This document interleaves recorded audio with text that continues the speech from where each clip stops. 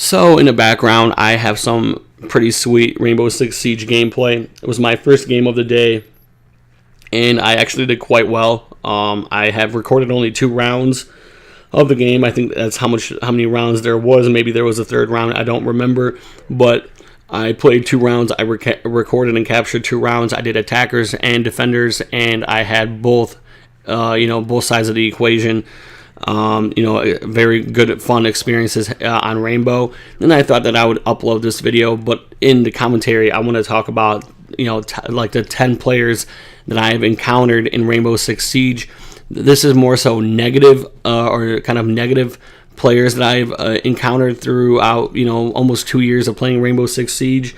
So I know that, just for the record, these are my opinions. They're based off of my experience, and I know that other YouTubers have made videos like this, but this is strictly based on my experience and my opinions, just to put that out there. So I want to start with number 10. I'm not going to waste time. I'm going to start with number 10. Number 10 is the COD player, or the Call of Duty player, somebody that basically thinks that they can bring their attitude and their gaming style from Call of Duty, and basically they play Rainbow Six Siege like they're playing Call of Duty, and it doesn't always turn out to be a fun experience for them and other people on their team or the opposing team. It doesn't always turn out to be a fun gaming experience, and that happens very rarely, but you can tell that somebody, a lot of times, like, you'll even hear them have a mic and say, "Oh, dude, this is way better than Call of Duty," because I used to be a Call of Duty player, and I know that making that transition is a little bit difficult. Completely 2 different games, completely 2 different styles and strategies that you bring to the table. So, yeah, the number 10, the Call of Duty player. Number 9 is the pro player, somebody that's really good at the game, and then you occasionally, if you make a mistake or you make the most minuscule or minute mistake, they'll bitch at you, yell at you, and say that you suck and that you're garbage, that you're trash because you made a really small mistake. And those are the type of players I really don't like. Not that I'm trying to attack pro players at all. It's just occasionally you come across a player that's really fucking good at the game, and they expect you to be as good as they are, and not everybody can be as good as you are, bro. Basically, that's what I got to say to that. Number 8 is the Diamond Casual, somebody that played ranked for the most part, plays ranked in Rainbow Six Siege. They got, up there in either in Platinum or Diamond Division or whatever. They're really good at the fucking game. And they go into Casual, and if they're on your team, they take all the kills. If they're on the opposing team, they basically destroy you, and you have a really shitty gaming experience, and it makes you want to put down the controller and not really play the game for a while. That's like, I've had that happen, and I actually put down Rainbow Six Siege for like a good month because of that. It just frustrated me because I had that like 1 or 2 days in a row. I was like, I'm done for a while. I'm taking a break. I'll play a different game. Just because I was frustrated, because I play Rainbow Six Siege to be competitive, but also to have fun. That's the point of video games, to have fun, right? Yeah. So then number 7, you have Mr. Solo, the guy that does not communicate at all, has a really nice gaming headset, but does not use his fucking mic to communicate with his team, decides to either roam or be completely solo away from his teammates, thinking that he can win the game all by himself. And those are the type of players that I don't like, because I used to be one. When I first started playing Rainbow Six Siege, I thought to myself, "Oh, I'm pretty good at Call of Duty. I think I can destroy these punk ass kids here on Rainbow Six Siege." But it turned out completely fucking different, and I would get destroyed most of the time because I was lacking in communication, and communication is key in Rainbow Six Siege. Regardless if you have a mic or not, you can still throw out markers and kind of mark, okay, that area, and some players that will be like, okay, he just died, he just did a marker, and that's where he died. Okay, cool. So we know that they're over there, so they can create a strategy around that. Now, number 6 is the noob. The noob, I don't want to be too hard on a noob, because we all used to be noobs at games, especially for multiplayer, especially new games.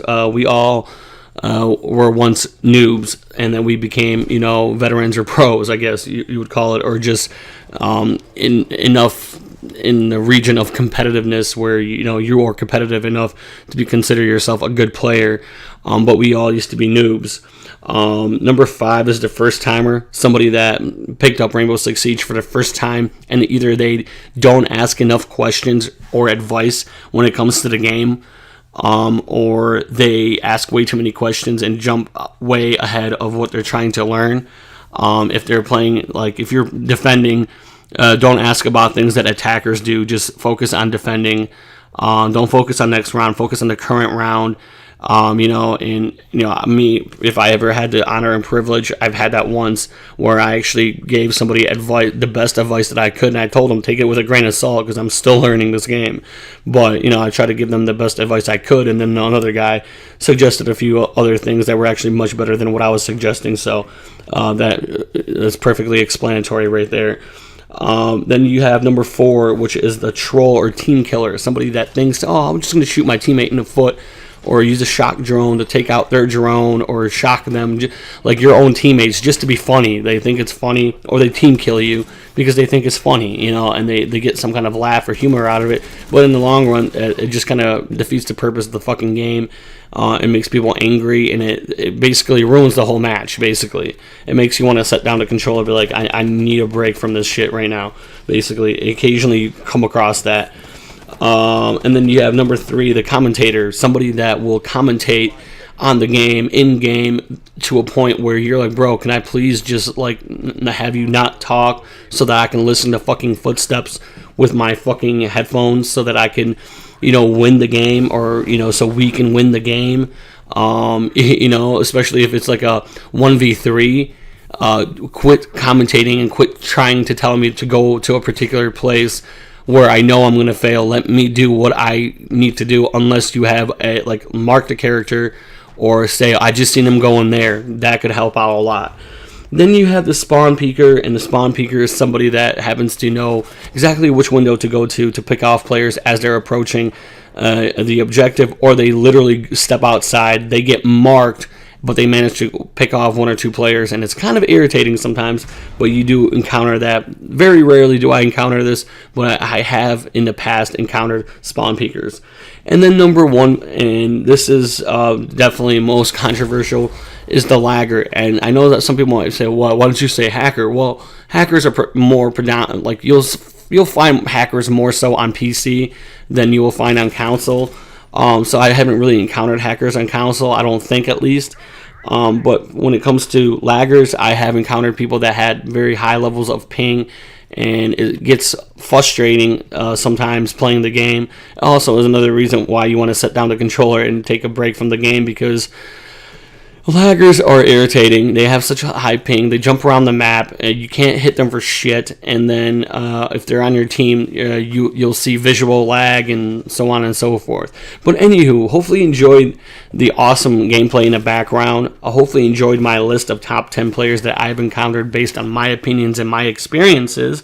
I can't stress that enough, because I know that other people have made similar videos to this, and I'm not trying to do this for views or subs or whatever. I'm trying to do this as I thought this was going to be kind of a neat experimental video to do, to kind of put in my perspective of the type of players that I ran into. And these are the 10 types of players that I ran into. I focus more on the negative than the positives, and I know that I should make another video talking about, maybe like the top 5 positive style of players that I encountered in Rainbow Six Siege, because more so I have encountered positive players and good players, and I would have most likely come up and compile a list of players more on the positive side of the situation. But I focused on the negative because this is what frustrates me occasionally on Rainbow Six Siege. I'm the Mitten. Hopefully you enjoyed the video. If you did, definitely hit that like button. If you want, definitely leave me a comment. Thinking, just kind of telling me what you think about the video, and then, the top 10, players that I've experienced, if you have any opinions about that. And if you want, subscribe, hit that bell to get notified when I subscribe. I'm a little bit tired, and I think I'm coming down with something, so I might sound a little bit not as enthusiastic, which I do apologize for that. But I'm the Mint. Hopefully you enjoyed the video, and that's all I gotta say. Peace. Yeah.